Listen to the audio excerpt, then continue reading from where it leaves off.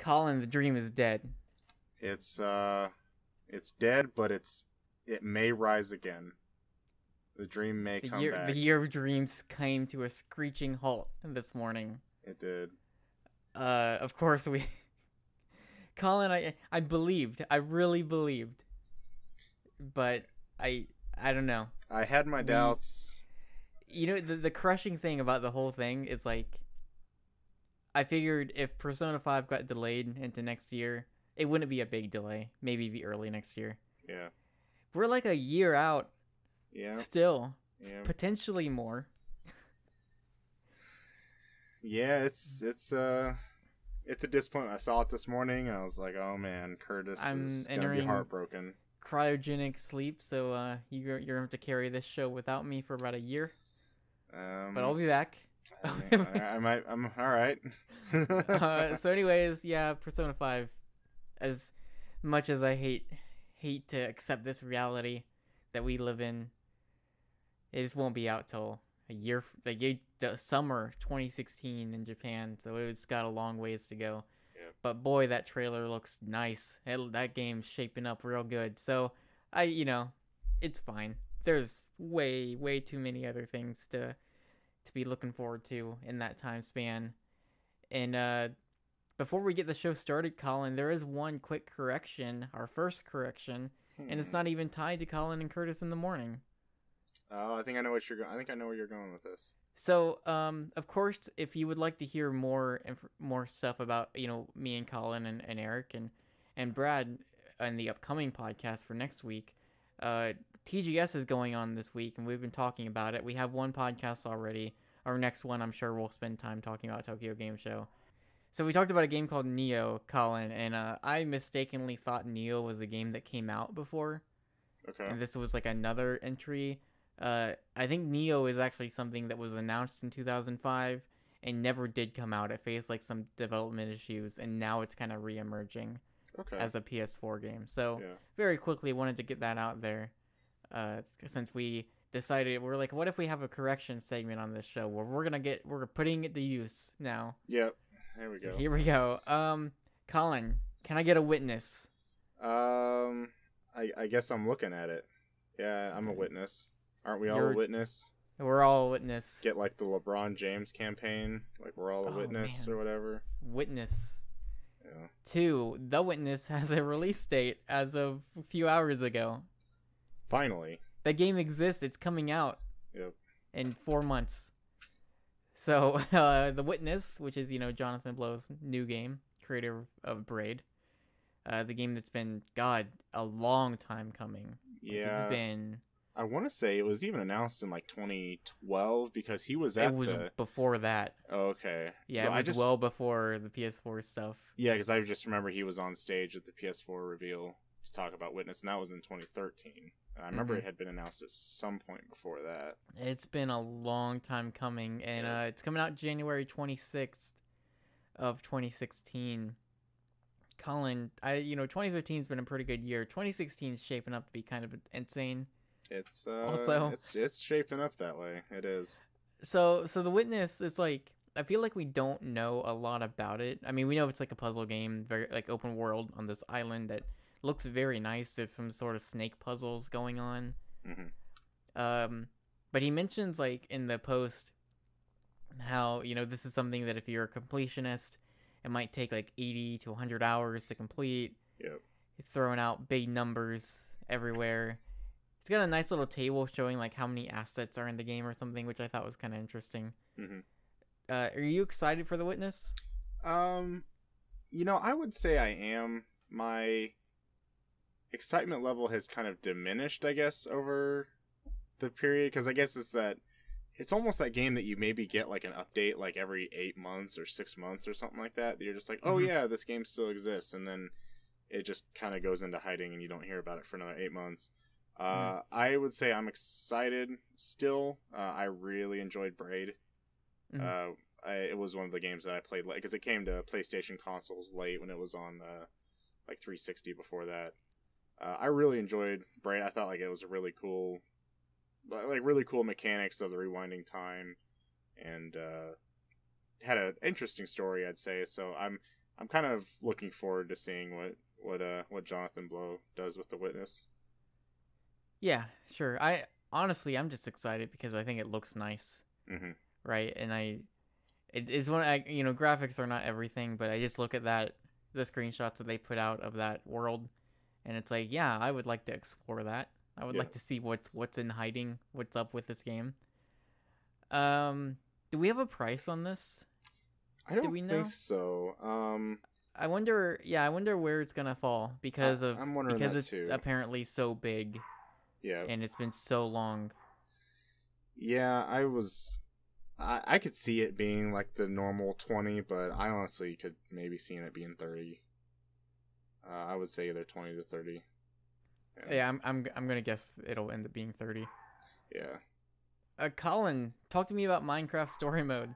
Sure. Minecraft Story Mode, coming out October 13th, and so the episode 1 is coming out. I guess I should say October 13th. But there's also a retail copy coming out October 27th, and this will be, I believe, it is $30. And so it's kind of weird. So you buy the season pass wherever you get all the episodes when they come out, but the retail copy gives you only episode 1 on the disc, and then you have to download all of the other episodes as they come out. And I don't know how big a fan I am of that. I really like having the full disc, like especially like the Telltale games, or like even like Resident Evil Revelations that was like somewhat episodic or whatever. I really liked everything being on a single disc. So I mean, I'd say I'm excited for Minecraft Story Mode. I mean, we had our Collin and Curse in the morning. What was it? Our first episode. First episode talking about Minecraft Story Mode. I wasn't really that excited about it. Mostly a lot of it's because I don't really get Minecraft all that much, but I would say a lot of it is just wanting to play it from the Telltale's point of view. I probably won't pick this up at launch, but maybe in the future if it goes on a sale or something like that, I'll probably pick it up. Because typically they wait till a season is done and then they put the retail disc out, right? Yeah. So the thing here is that it's the fact that you have to have the internet connection to download the other episodes as they come out, whereas the disc only has episode 1, and I think even then, like, you install episode 1 off the disc. Yeah. And like it's not like you don't need that disc or something. I don't know. It's weird. The whole thing is sort of weird. Yeah. But I don't think it's like, I don't know. I don't look at this and think, oh, that's gross or anything. It's just kind of whatever. Like I guess I'd say so. if you want to get in early and maybe you're someone who wants to have that copy, like that disc, it's kind of nice to have. And I'm sure they'll have, like, no doubt they'll have a version a year from now when the final episode hits that's like, hey, yep, here's a disc with everything and maybe some like some additional thing or something. I'm still very, very curious about this game. Again, like you, I don't know if it's something I will play immediately, but I am, like, it's one of those things that I am, like, looking at. I'm watching. Like, every time we get some new news or some new video of it, I'm immediately looking at it because I'm super curious as to what this is even going to be and how it's going to turn out. So I don't know. Hopefully it's good. I really like Minecraft. A part of our conversation is like, you like Telltale, but you don't like Minecraft, and I'm the opposite of that, essentially. Yeah. So by our powers combined, Captain Planet. Okay, so that's Minecraft Story Mode. Here's a Loot. Got a release date. It is coming out on Vita next Tuesday. So Here's a Loot is it's by the developer that did Gunslugs, which also came out on Vita some time ago. Yeah. I think it was last year.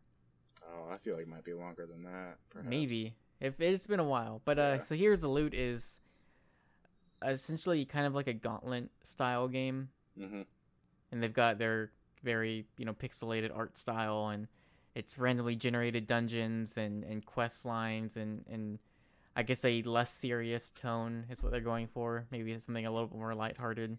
Yeah. I think this looks kind of okay. Like, I'm kind of want to play this. Just watching the video, I think it looks pretty good. I don't Yeah. know if this is something that piques your interest or.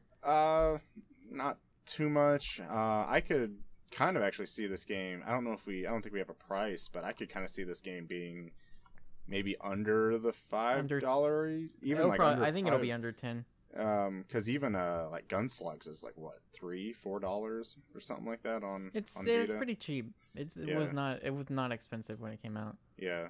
I don't know. I mean, seems interesting. It doesn't really pique my interest too much, but I'm sure if I played it, I'd probably get some enjoyment out of it. I also just really want to say I really appreciate the very first comment on the blog post for Heroes of Loot Mhm. is something like, I'm not really interested in this game, but it's nice to see Vita getting support. And Yeah. it's like, shout out to you for having like a pretty positive comment instead of the first comment being complaining. So good job. Sure. Yep. It was nice to see, especially for a game that like it's your indie Vita game that's got the pixel art style, right? Mhm. Yeah. Usually those are the ones that get targeted, but it was nice to see kind of a somewhat positive comment about it. Yeah. Sure. Colin, let's talk about things that we know nothing about. Okay. That always leads to great things, right? Well, I guess so. This is me trying to make a relativity joke, and then it just falling flat. But Relativity, the game that was, I think, announced at was it announced at E3 was coming to PS4? I'm not sure. Oh man, might have been I think before it's been that. longer than that. Okay, Yeah. but that game is now Manifold Garden. I like that name. Yeah, better. me too. Me too. Yeah. And it's kind of like an MC Escher kind of painting first-person puzzler type game. I guess that's kind of a way to describe it. Like it's one of those things that you just look at and you don't really know what's going on, but you're Yeah. interested in it, right? Like you want to know Mhm. more.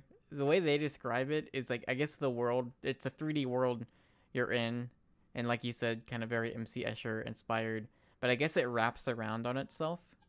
Okay. And so part of the stuff they're doing with the puzzles, like they're introducing like water mechanics and being able to walk on like all the different walls and pushing blocks off a ledge and seeing like I guess it's them experimenting with like what happens in this world that wraps around on itself in Yeah. this kind of very distinct style. It looks really nice. I think Mhm. it's definitely. I mean, it's got a style to it for sure. Yep. It definitely looks like it's just gonna be one of those things that is incomprehensible until you play it, Mhm. and then you'll kind of like you got to play it to understand like what that even is. But it looks really interesting, and I think Manifold Garden. I just think it's a better name. I think it's something that's like a little more memorable. Or, I mean, Relativity isn't something like I knew what Relativity was. Like when I heard that name, I was like, oh yeah, that game, right? Mhm. I just feel like Manifold Garden is like Relativity is just, I guess, bland. I don't know. I'd say so. I feel like Manifold Garden, It's almost like, like, that's a more thing, relatable right? or something. right? Like it's just like I feel like I don't know. It just immediately struck me as like I will like this is a name I'll remember. Mhm. A few months from now we'll hear it again. It's like, oh yeah, Manifold Garden, sure. Yeah. MC Escher. But moving on. Mm-hmm. Penarium.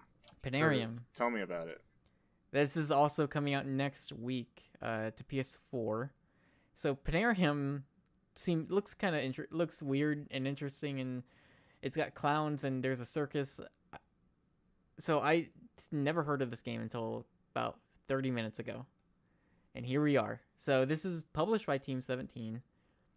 It is, I believe, the first game from Self-Made Miracle, Yep. which is the developer. So they describe it as Penarium is a frantic 2D arena arcade game where you take on the role of a quirky anti-hero Willy.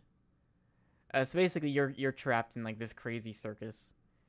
You're in these arenas where like all these hazards are like you got like walls of spikes moving in different directions. You got like all these different weird hazards just being flung at you from all different directions, and you're like trying to avoid it and escape this terrible fate. There's single and multiplayer game modes. The single player has like a campaign mode, So there seems to be some sort of story here. The trailer has like voice acting that's kind of good, actually. So maybe I'll play a little bit of that in this show. And there's an endless arcade mode. Okay. Yeah, with a variety of power ups as it were. I don't know. It looks interesting. Like immediately, I saw one of the screenshots, and I kind of like it struck me as like this reminds me of Super Crate Box. But watching the video, like it is nothing like that. Mm-hmm. So I don't know. It looks interesting. I like. There's this like key art they have of Wooly, who's like jumping towards the screen, and he's got like this explosion behind him. Yep. Which I thought looked really nice. Yep. But I mean, of course, crazy circus, weird hijinks going on. Circuses are kind of weird in general. Some people are very scared of circuses and clowns, so It's interesting. I mean, I don't I don't know if I'm running out to buy it, but I mean, it might be cool to see more of it. Perhaps. Well, Collin, that's some of the big news that we kind of pluck out for PSN related stuff this week. And this of is course, or go ahead. Of course, Tokyo Game Show is going on. Yep. It's still going on. So we do have a podcast discussing kind of a quick wrap, or not really quick, but we have a podcast discussing the Sony pre-show, which happened earlier this week, and all their announcements. So you can go to listen to that. We'll be recording this weekend our regular podcast, in which we will likely talk about more Tokyo Game Show related things. And so if you want to check that out, you can do so there. Mm-hmm. And then, of course, we had a review for a game called Knock Knock that I posted earlier this week. Knock Knock, we talked about last week, actually. And it's okay. Like, it's got some great atmosphere. I think it's a genuinely, like, a creepy game. Yeah. But I think that the actual part where you're playing it, I found to be not that interesting. So that was a little bit of a disappointment. Next week, we do have some pretty big reviews hitting early next week, so be sure to check for those. Collin, what do you got? I don't know what I got. I guess check out review for Beyond Eyes coming probably next week. And then also coming up soon, probably a Zombie Vikings review. Yes. We're going to be trying to co-op through that game, so definitely check that out. That's what I'm working on. So we'll be streaming that, and we'll be streaming Shovel Knight Plague of Shadows at some point. I was hoping to do so tonight. I don't think that's going to happen. So at some point, that'll be streamed as well. I don't know when. Mm-hmm. So you can look for that as well. If you want to follow us on Twitter, you can follow at PSN Stores. If you want to follow Collin, you can follow at Bossman C. Crowder. Capital B, capital 2 C's, lowercase 2S, and there's some other letters in there too. Mix them all together and you got Bossman C. Crowder. That's right. And you can follow myself at PS Penguin. If you have questions, you can send them to podcast@psnstores.com. Specify it's for the morning show. If not, we'll plug it out for the regular podcast. Either one works. Yep. Speaking of, if you would like to win a code for something, send us in your fan fiction. What is it? It's a mix of Oh man. Do you remember? Was it something Danganronpa related? It's Danganronpa cross Umbrella Corps or something? Resident Evil Umbrella Corps fan fiction. Send it in, and if we pick it out, you'll win a code for something. Yep. So there you go. We mentioned Twitch. We're streaming on Twitch Monday, Wednesday, and Friday, 8 p.m. Eastern time. Trying our best to stick to that schedule. And then if you like the podcast, if you like this show and would like to support us, we are on Patreon. That is patreon.com/PSNstores. Collin, this is our shortest episode yet. We're under 20 minutes. I think so.